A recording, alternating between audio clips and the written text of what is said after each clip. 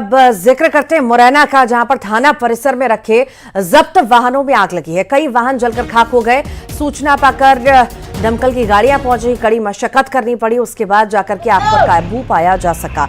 आग लगने के कारणों का फिलहाल पता नहीं चल सका है, खुलासा नहीं हुआ इसका। पर तस्वीरें आप देखिए, भीषण आग यहां पर लगी। एक्सक्लूसिव तस्वीरें आप इस वक्त देख रहे हैं और गाड़ियां कई सारी जलकर खाक भी हो चुकी हैं इस भीषण आग में।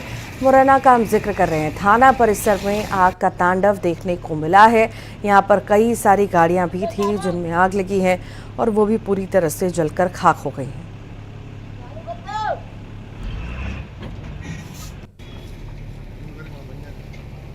ज्यादा जानकारी लेंगे, सहयोगी अमित हमारे साथ जुड़ गए हैं। अमित, थाना परिसर में आग की तस्वीरें हम देख रहे हैं, क्या कारण रहे, कितनी गाड़ियां जली, जानकारी विस्तार से।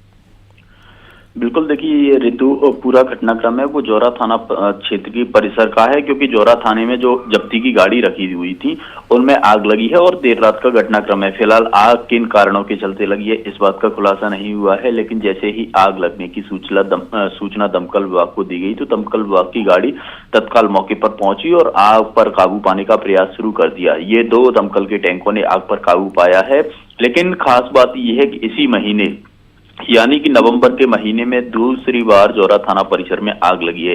1 हफ्ते पहले आग लगी थी, उसमें भी कुछ वाहनों की हताहत होने की खबर थी और अब फिर से आग जनी, यानी कि जो जौरा थाने परिसर में रखे हुए जब वाहनों में फिर से आग लगी है। फिलहाल जो पहले आग लगी थी उसकी भी जांच अभी तक स्पष्ट नहीं हो पाई है कि किन कारणों के चलते आग लगी थी और अब फिर से दूसरा घटनाक्रम सामने आ गया है। तो कहीं ना कहीं ये पुलिस की कार्यप्रणाली पर तो सवाल खड़े ही हो रहे हैं, लेकिन पुलिस के लिए अब ये चुनौती भी है, क्योंकि किन कारणों के चलते आखिर कोई ऐसा दुश्मन तो नहीं है जो कि आग लगा जाता हो, क्योंकि एक ही महीने में 2 बार आग लगने की घटना सामने आना ये एक बड़ी बात है। फिलहाल पुलिस जांच कर रही है, लेकिन अभी तक जांच में ये स्पष्ट नहीं हो पाया कि किस वजह से आग लगी है।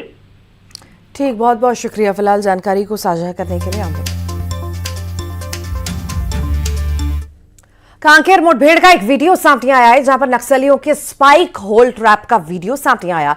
जवानों को निशाना बनाने के लिए ये ट्रैप बनाया गया था।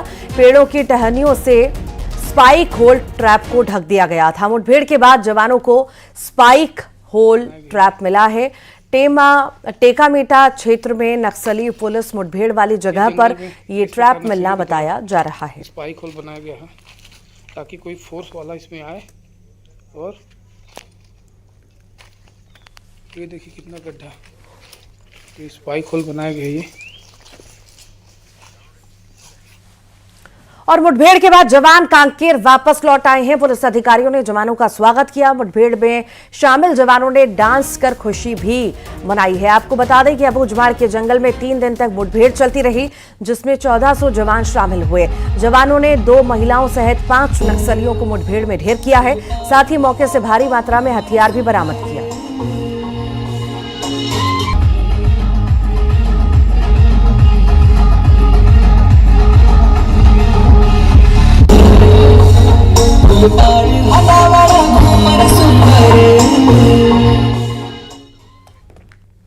और दंतेवाड़ा में सीएम ने नक्सलवाद पर कहा कि हमारी सरकार मजबूती से लड़ रही है और सरकार को सफलता भी मिल रही है।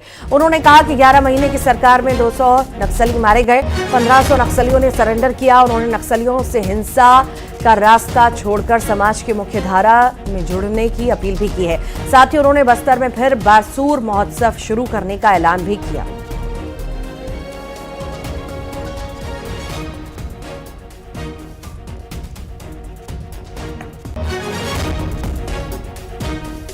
कि आज 11 महीने में जिस मजबूती के साथ हमारी सरकार और हमारे जवान नक्सलवाद के साथ लड़ रहे हैं और सफलता भी मिल रही है, जिसकी तारीफ पूरे देश में हो रही है। 11 महीने में करीब 200 नक्सली मारे भी गए हैं और करीब 1500 के करीब आत्मसमर्पण और गिरफ्तारी भी हुई है। और हम लोग आह्वान भी कर रहे हैं नक्सलियों से कि सब गोली बारूद की भाषा छोड़कर विकास की मुख्यधारा से जुड़ें, तो उनके साथ सरकार न्याय करेगी। ये सब कर रहे हैं, लेकिन बड़ी मजबूती के साथ नक्सलवाद से लड़ाई लड़ रहे हैं। डिप्टी सीएम अरुण साव ने नक्सलियों को चेतावनी दी है। अरुण साव ने कहा है कि नक्सली मुख्य धारा में लौटें। जो विकास की धारा में जुड़ना चाहते हैं उनका स्वागत है, जो नहीं जुड़ेंगे उनके खिलाफ अन्य विकल्प मौजूद हैं। हमने आह्वान किया है वो भटके हुए लोगों को कि वो आ जाएं, विकास की मुख्य धारा में जुड़े और बस्तर के विकास में सहयोग करें, सहभागी बने, और नहीं तो सरकार के पास जो रास्ते हैं वो रास्ता हम अख्तियार करेंगे। दुर्ग में कॉमेडियन यश राठी के खिलाफ मामला दर्ज हुआ है। अश्लील स्पीच देने के आरोप में मामला दर्ज हुआ है। बता दें, आईआईटी भिलाई में एनुअल फंक्शन के दौरान का ये मामला है। भारतीय जनता युवा मोर्चा ने एफआईआर करवाई है।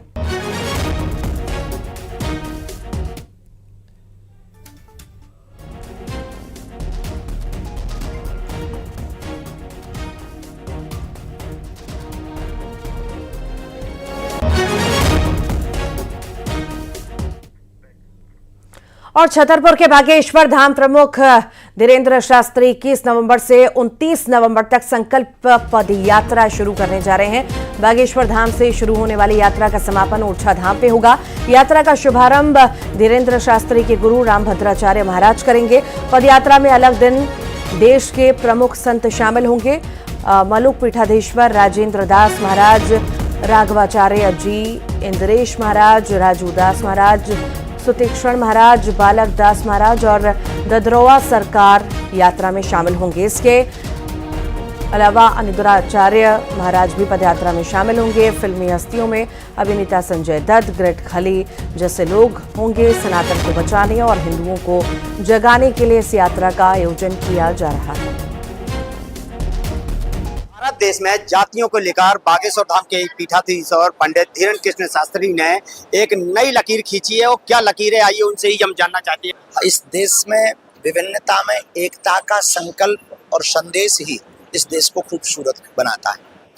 हम किसी भी प्रकार से इस देश में वैमनस्यता नहीं चाहते, दंगा नहीं चाहते। और वर्तमान में भारत सरकार को और भारत के लोगों को विभिन्न जातियों में बंटने की वजह सरकार को दो जातियां बनानी चाहिए, एक अमीर एक गरीब, ताकि भारत हमारा संपूर्ण विकासशील देश हो जाए, विकसित देश हो जाए। हमारा उद्देश्य सिर्फ जगाना, हमारा उद्देश्य राह बताना। हम खुद भी चल रहे हैं और अपने से जुड़े हुए लोगों को चलाने का प्रयत्न कर रहे हैं। हिंदू एकता के लिए भी आप एक पदयात्रा निकालने का क्या संदेश है इसके पीछे?